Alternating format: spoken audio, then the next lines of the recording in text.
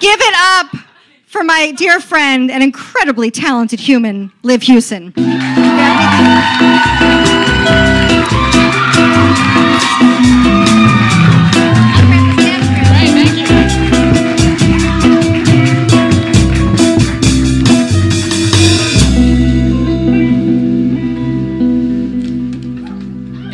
Okay, guys, it's fucking for real. I have, like, paper. It's serious.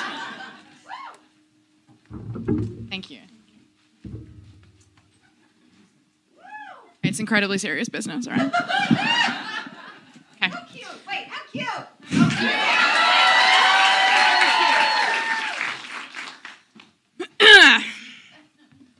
I tricked my mother into buying me a binder from the internet when I was 16. From Etsy.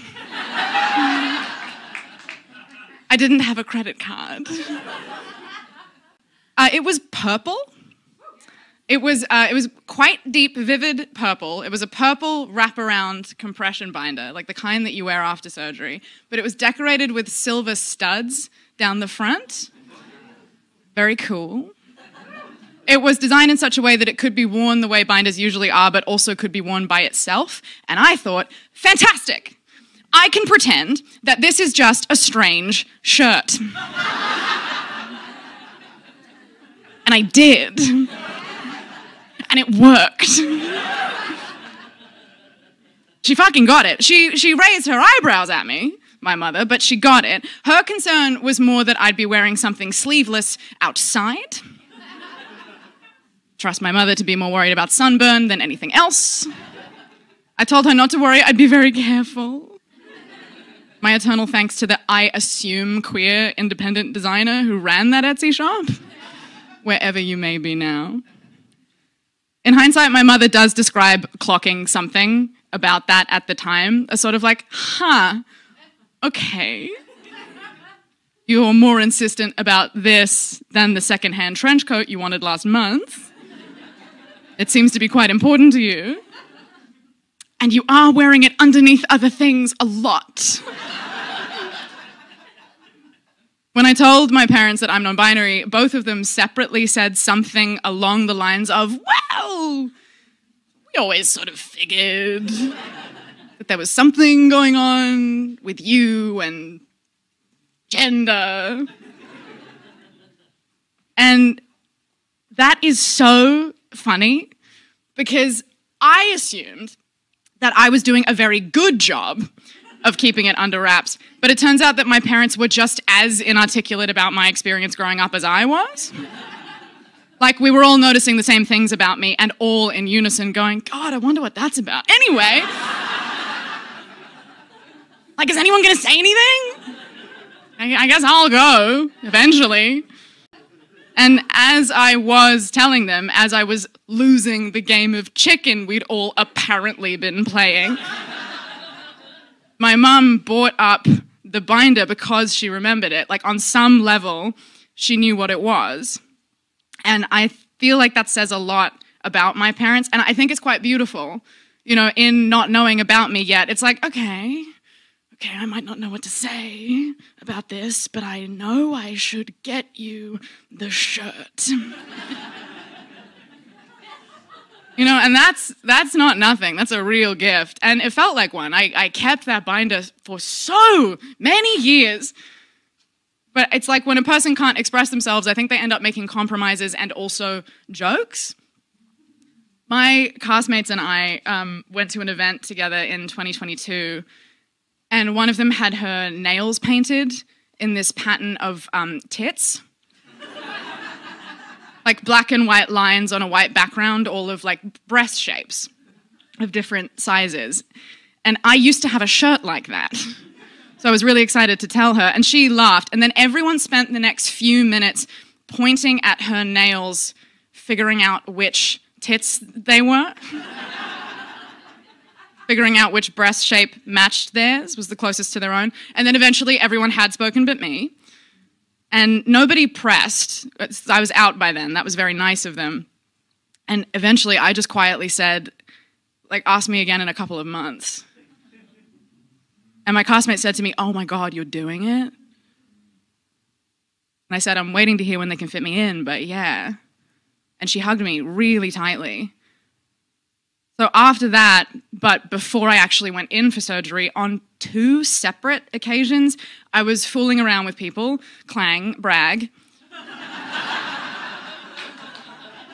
2 separate people, 2 separate times, who both very respectfully made a point of asking how comfortable I was with my chest being touched.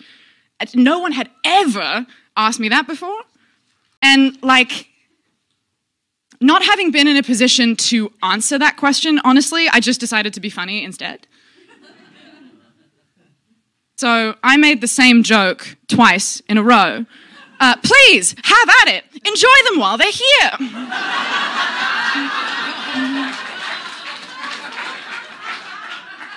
It seems only fair to give them a day out before we send them away to the farm. Be my guest. Around 2014, 2 of my friends and I ran a small badge making business. Stay with me. One of us had a machine, and we would get our hands on old books, like old posters, magazines from thrift stores, and we would make art out of them that we would then press into badges, like pins people could wear.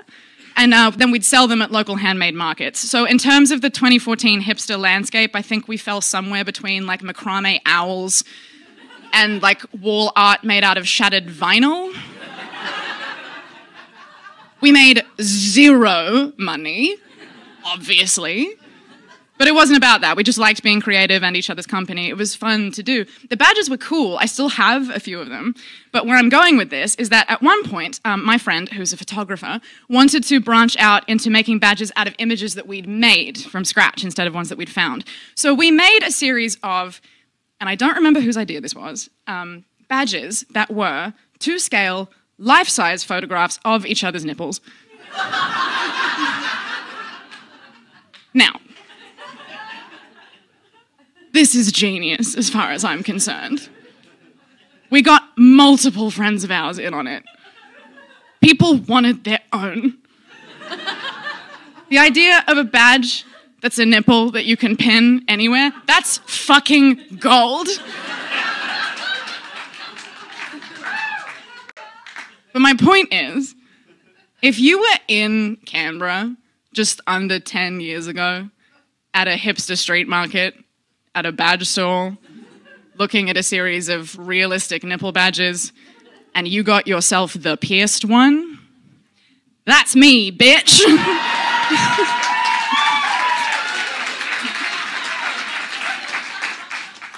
And those are archival. That's limited fucking edition. I did used to have them pierced. I had them pierced for a long time, which is also something that, funnily enough, I kept from my mother. The week I turned 18, one of my best friends and I, on the same day, got our first tattoos and both of our nipples pierced. Went out for a beer afterwards. The drinking age in Australia is 18. Full bingo card was necessary, you understand?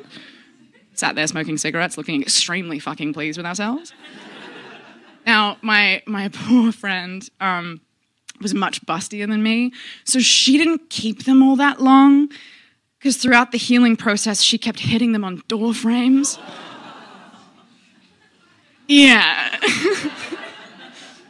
But I had a pretty smooth experience with mine. I kept them in until 2020, because they helped, sort of. They almost helped.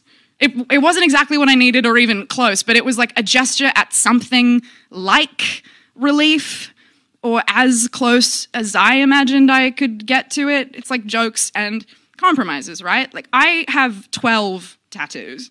You can't see them most days. And they're great, and I love them, and I'm going to get a bunch more. And also, a big piece of getting tattoos, particularly early on, was reaching for a way to fulfill the need I had to have some kind of constructive relationship to my body.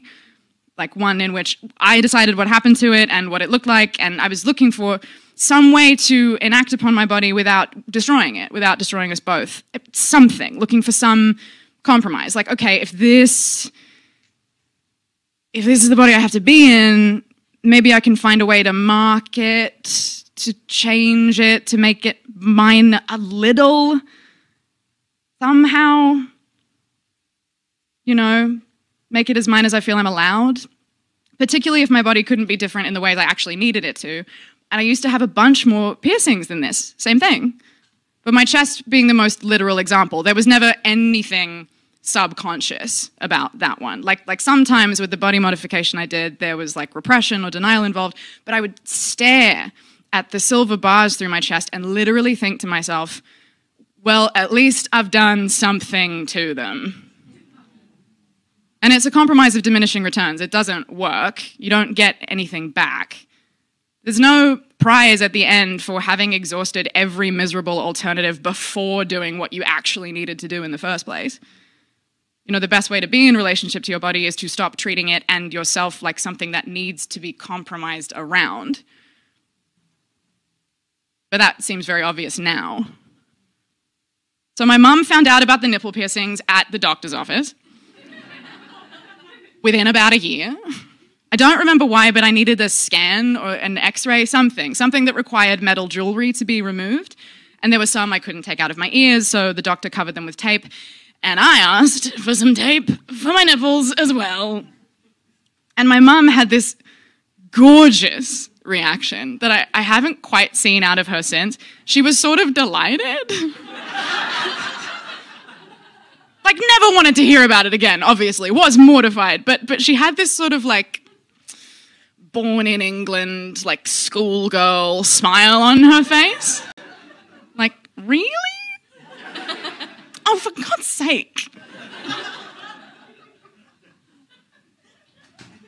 By contrast, when I told my mum I was having top surgery, she said, "It did occur to me that you'd end up doing something like this one day." And I'm obsessed with that. Because that's exactly it. It's gentle, it's matter of fact, and it's obvious. Like, how could it not have occurred to her? Inside that inevitability is a real peace, because what is there to run circles around? But I had been running circles around it for so long. But of course, she could see all of that. She's my mum. Happy Pride.